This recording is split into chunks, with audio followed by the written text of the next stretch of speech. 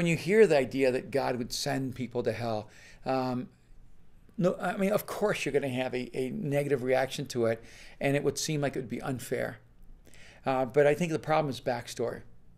I think for me, a part of my backstory is an understanding that the entire motivation of all creation is love.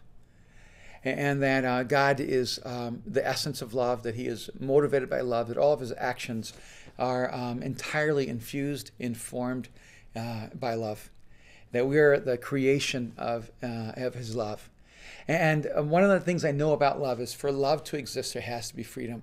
All of us, when we die, will have to go through some degree of transformation. The Bible says that. The Bible says that none of us are as we should be. But at that moment of death, when we see him face to face, then, if we're ready and if we're willing, we can be made into somebody who is likened unto his own son, Jesus. Are you willing to be transformed into that kind of person?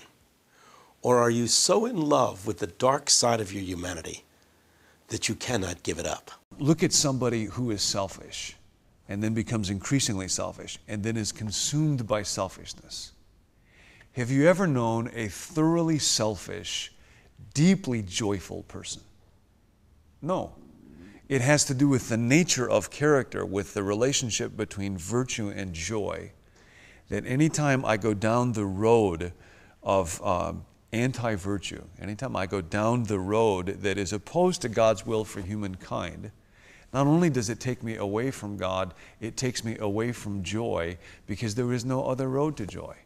So you don't even have to believe in hell to see this. Take any one of those characters that is opposed to God's will for human life. Greed, selfishness, arrogance, judgmentalism.